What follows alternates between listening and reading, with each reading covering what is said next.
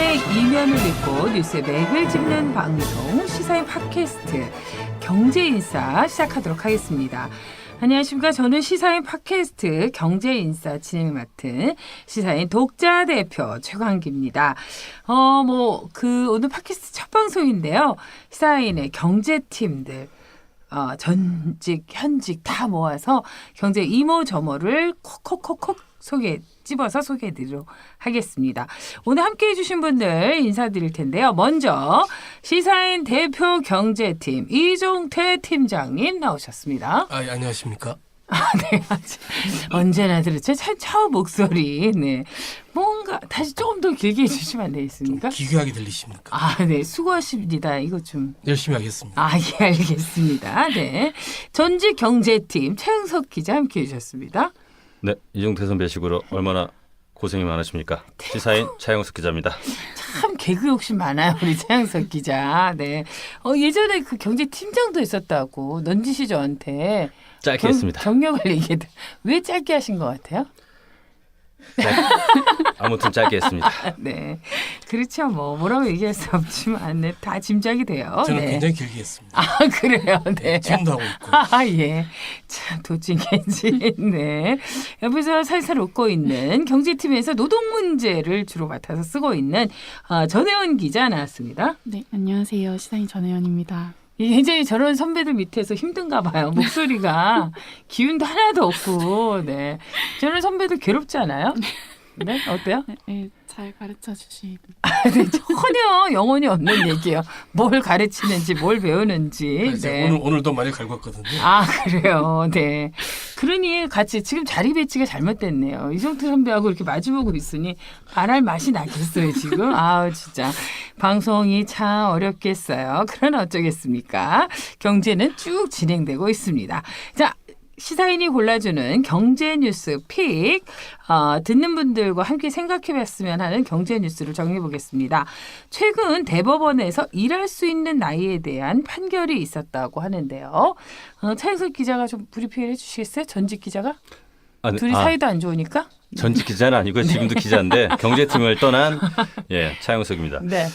최근 대법원 전원합의체에서 일반 육체 노동자의 가동연한을 65세로 상향 조정하는 판결을 내렸습니다. 네. 이게 1989년에 55세에서 60세로 올린 지 30년 만에 변경된 것인데요.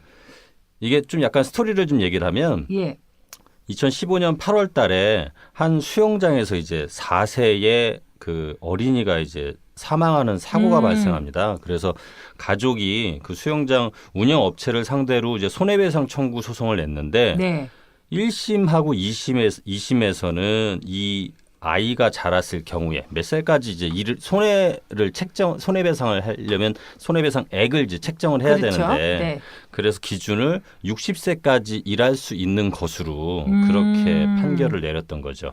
근데 이번 같은 경우에 대법원 전원합의체에서 그것이 60세가 아니고 65세로 상향 조정한 거죠. 그렇군요. 이게 참 이 경제라는 게 우리 일상과 굉장히 밀접해 있어서 지금도 그 예를 드니까 귀에 쏙 들어오는데 용어만 보면 예를 들어 가동연한 이게 뭔 말인지 도대체 이해할 수가 없어요. 가동연한 하면 일할 수 있는 나이라고 생각을 하면 될 것 같은데. 무슨 물건이야 뭘 가동할 수 있는 그런 거잖아 진짜 그렇게 얘기하면 진짜로. 그러니까 일용직 노동자나 그 아이처럼 미성년자가 숨지거나 다쳤을 경우에 그 손해배상액을 산정할 때 이 육체 노동자의 가동연한 이걸 기준으로 삼는다는 건데요. 그래서 일단 뭐 가동연한이라고 이제 많이 쓰기 때문에 좀 뭐 어렵더라도 뭐 결국 이제 주로 육체 노동자가 일을 해서 소득을 얻을 것으로 예상되는 연령의 맨 상한 그 선을 가동연한이라고 생각하시면 될 것 같고요. 이게 이제 직업별로 이 가동연한이 이제 다른 것 같은데. 그렇죠. 그 참 이상하네. 왜 기준을 꼭 일용직 그 노동자로 정했는지. 미성년자기 때문에. 이 아이는 그러니까 미성년자니까 걔가 앞으로 뭔 일을 하게 될지 어떻게 한다고 해필은 딱 거기에다 기준을 맞췄는지 모르겠어요. 그 아이를 그래서 다른 직업을 가질 거라고 예상을 할 수가 없기 때문에 현재 경제팀장님이 얘기를 해보세요. 왜 그런 거예요? 당황하지 마시고요. 네. 사실 약간 당황했습니다. 네. 근데 제가 볼 때는 그 가동연한이라는 게 네. 다른 것보다 아까 최영석 팀장께서 말씀하셨지만 전 팀장이라고. 아니요. 네. 현재는 디지털 팀장님이니까요. 아, 진짜 이렇게 예. 완장 좋아하는 두 사람이 모여서. 계속 전혜영 기자도 뭐 하나 달아. 네. 그래서요. 예. 그래서 이제 사실 가동연한이라는 말 자체는 기분이 나쁘지만 그렇죠. 예를 들어서 어떤 사람이 그 교통사고로 그냥 사망을 했다라고 가정을 해요. 네. 근데 그 경우에 그렇다면은 이 사람에 대해서 어느 정도의 가족들 유족들이 네. 어느 정도의 손해배상을 받을 것인가라는 것을 책정을 할 때 네.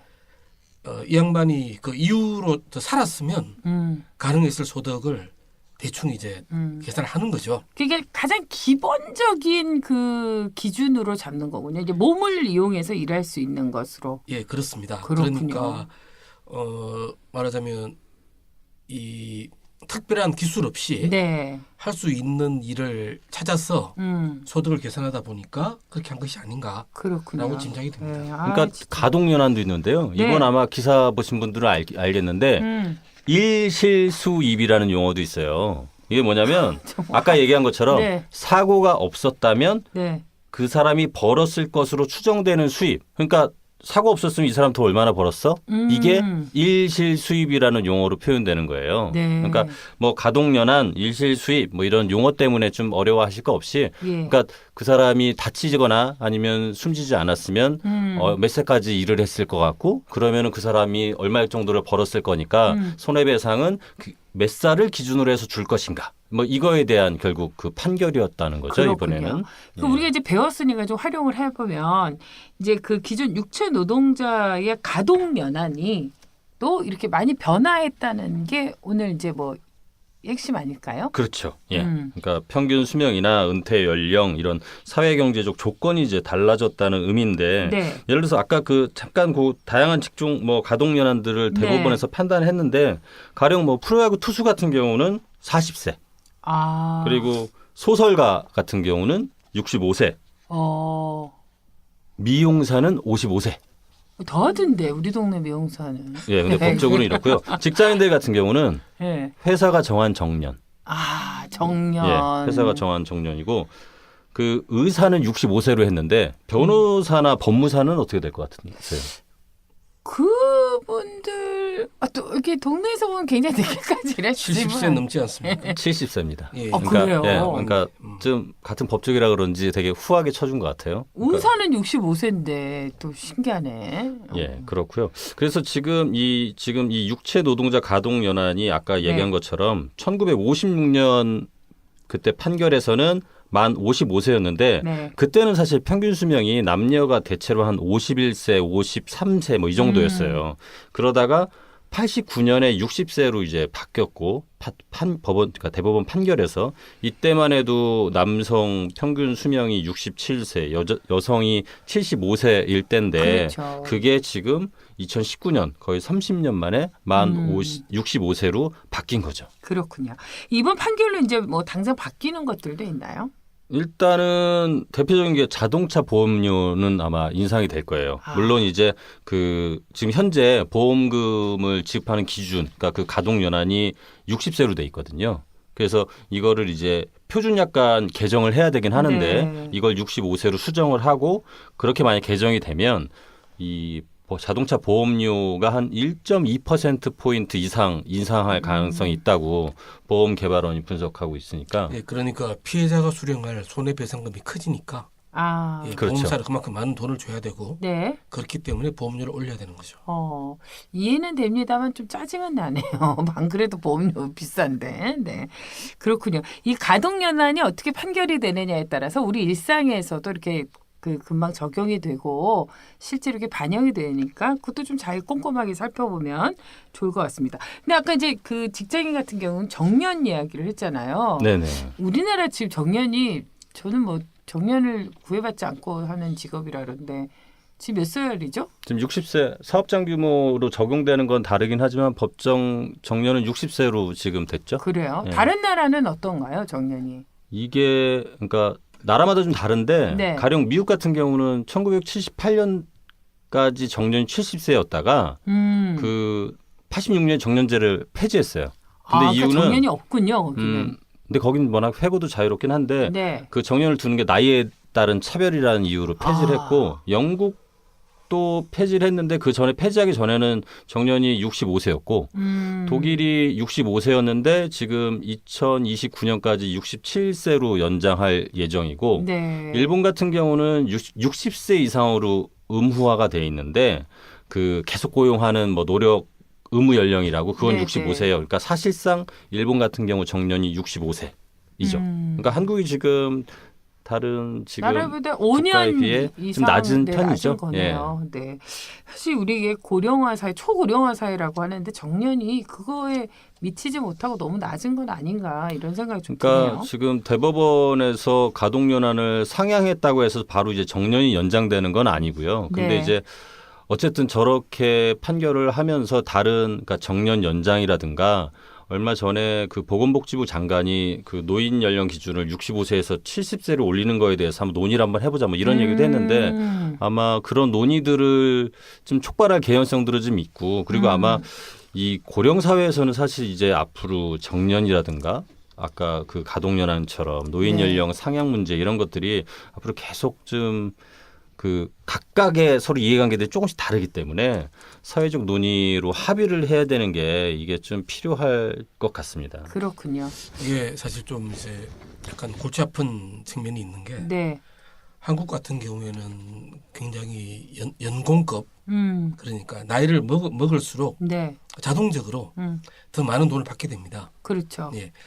그러니까 아무래도 이제 이 젊은이들의 입장에서는 말하자면 또 한국 특유의 권위주의 문화가 있지 않습니까? 그러면 저 사람은 왜 저렇게 돈은 많이 받아가면서 일을 안 일은 하고. 따위로 하느냐 네. 이런 불만이 나오고 또 이 정년이 길어지기 때문에 네. 일자리가 줄어든다. 뭐 이거 자체도 제가 볼 때는 그렇죠. 어떤 좀 더 명확한 증명이 필요해요. 증명이 필요하지만 일단 겉으로 그렇게 보입니다. 그렇기 때문에 이 정년 문제는 제가 볼 때 좀 굉장히 좀 심도 있는 사회적 논의가 필요할 것 같습니다. 그렇죠.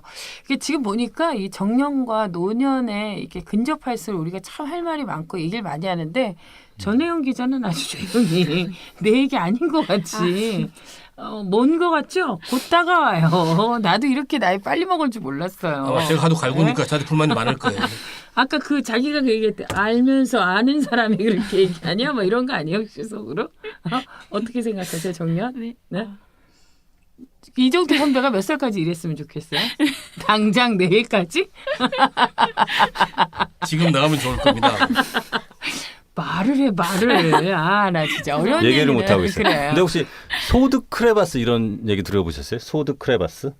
크레바스라는 게 이렇게 빡 그러니까 빠질 함정 그렇죠. 같은 거잖아요. 뭐 이렇게 네, 그 네. 이렇게 극지방이나 이런데 그렇죠. 네. 갑자기 이렇게 쑥 들어가가지고 그렇죠. 이렇게 빠지는 네. 크레바스. 소드 크레바스가 뭐냐면 그 가령 이제 정년이 60세면 60세에 정년 퇴직을 하면 소득이 끝나는 거잖아요. 네. 그러면은 바로 공적연금이나 이런 것들 보통 이제 제 나이 때는 국민연금을 수령하는 게 65세부터 수령을 한다고요. 네. 그럼 60세까지 예를 들어서 제가 정년을 마쳤다고 법적인 정년을 마쳤다고 치면 65세까지는 그래요. 소득이 없는 거예요. 그때가 그러니까 제일 제가 문제예요. 무슨 다른 걸 하지 않는 네. 이상. 그래서 요 기간, 그러니까 회사를 그만두고 나서 공적연금을 받을 수 있는 다른 소득이 생기는 그 기간까지가 소득 크레바스라고 그래요. 그걸 또 그렇게 얘기하는구나. 예, 그러니까 소득 절벽, 소득 크레바스.